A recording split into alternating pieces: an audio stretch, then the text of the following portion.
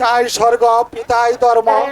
হে পিতা, তুমি স্বর্গে থেকে আশীর্বাদ করো আমি যেন তোমার এই মুর্শিদাবাদ সিংহাসন সুন্দরভাবে রাজকার্য পরিচালনা করতে পারি, সুন্দরভাবে রাজকার্য পরিচালনা।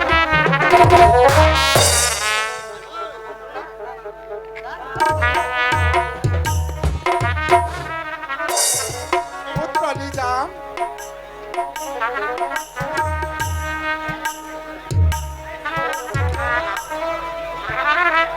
পুত্র নিজাম, বলুন আব্বা হুজুর। আজ হতে তোমাকে আমি এই সিংহাসনে বসিয়ে আমি চলে যাব ওই মক্কা মদিনায় হজ পালন করতে।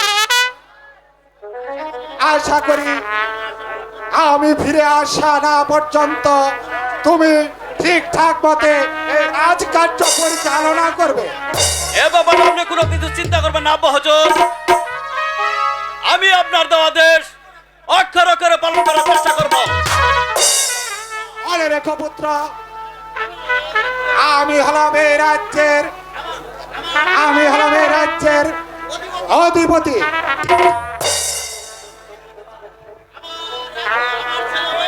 আমার ছেলে হয়ে প্রজাদের সঙ্গে কোনদিন তুমি খারাপ আচরণ করবে না।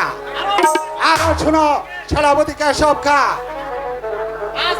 আজ থেকে নিজামের গুরু দায়িত্বর ভার তোমার হাতেও অর্পণ করে দিলাম। পুত্র,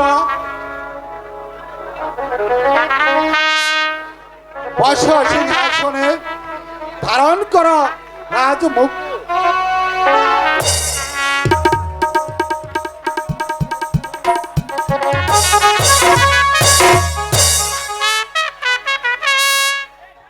আপনি আমাকে আশীর্বাদ করুন আব্বা হুজুর, আমি যেন এই রাজ সিংহাসন পরিচালনা করতে পারি।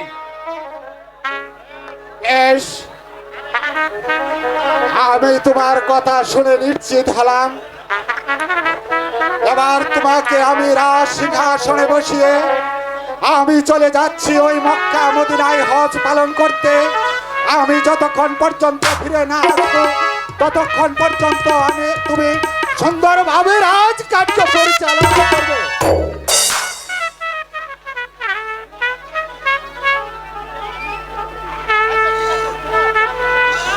চলো জাহাপনা, তাহলে চলো আমরা এখন অন্তপুরে চলে যাই। তাই চলুন। ওই চলো।